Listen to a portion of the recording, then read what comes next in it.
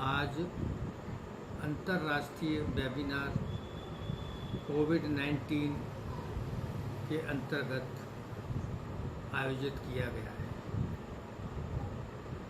इस वेबिनार में राष्ट्रीय और अंतर्राष्ट्रीय स्तर के संगीतज्ञ, सिने स्टार, कवि, विद्वान आदि ममता जी ने जोड़ा है। मैं ममता जी को बधाई देता हूँ।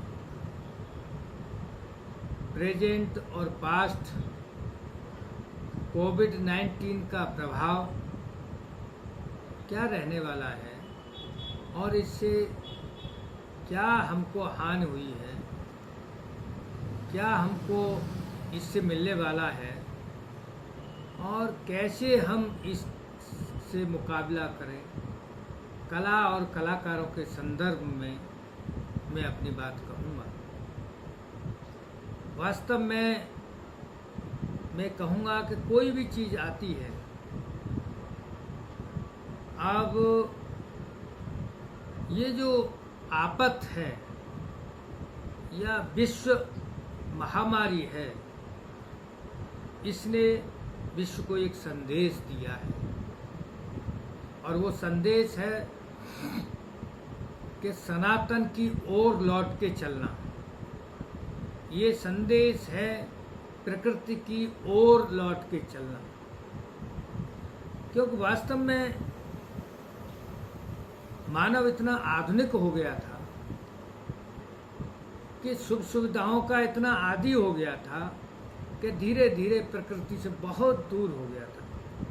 ये भूल गया था कि हमारा जो शरीर का जो निर्माण हुआ है प्राकृतिक तत्वों से हुआ है। छत जल पावक गगन समीरा, पंच तत्व ये बना शरीरा।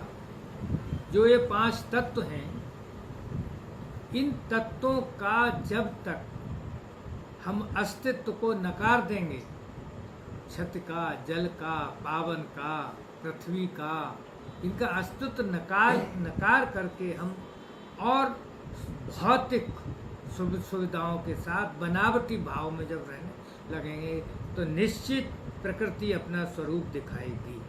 और यही हुआ है।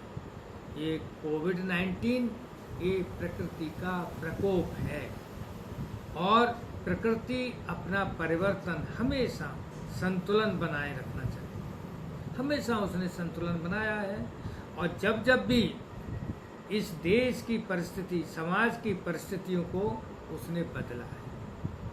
समय समय पर महामारी आई है, मानव ने उनका मुकाबला किया है और मुकाबला करने के लिए मेरा बिल्कुल निश्चित मत है कि हम अपनी सनातन संस्कृति से ही इसका मुकाबला कर सकते हैं और विश्व को ही इस पर लौट के आना होगा।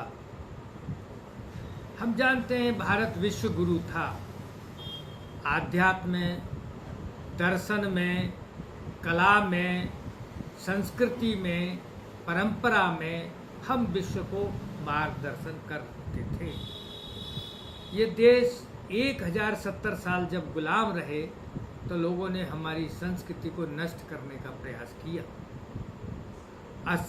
800 साल हम मुगलों के गुलाम रहे, 200 साल हम अंग्रेजों के गुलाम रहे और 70 साल मैं कहूँगा ये सत्ता परिवर्तन था।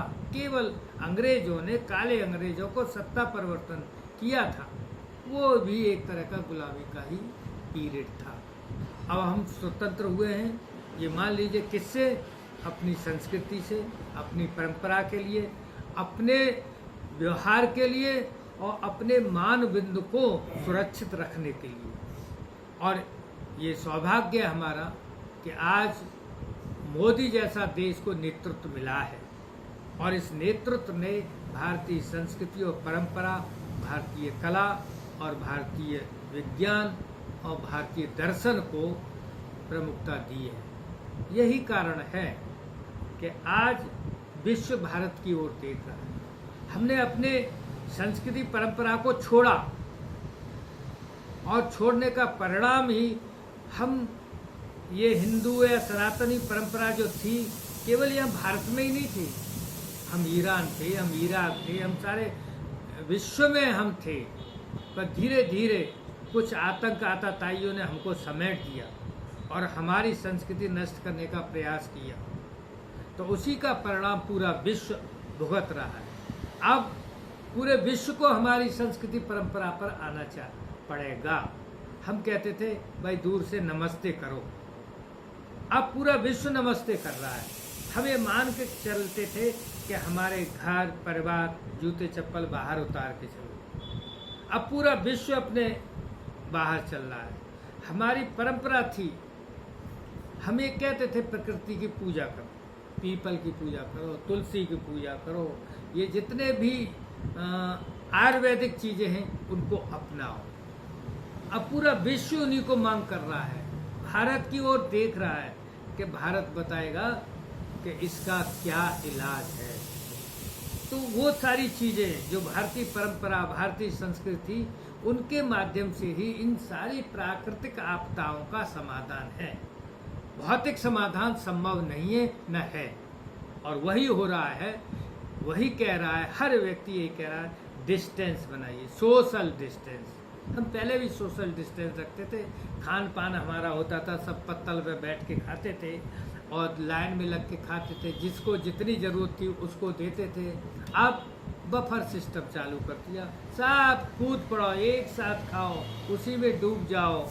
तो वो सारी संस्कृति हमारी थी, बहुत ही बिल्कुल सैद्धांतिक थी, वैज्ञानिक थी, आध्यात्मिक थी, परंपरागत थी और हमारे और पूरे विश्व को दिशा देने वाली थी। उस संस्कृति को और परंपरा को हमने छोड़ा, इसी का परिणाम आज हम पूरा विश्व भुगत रहा है।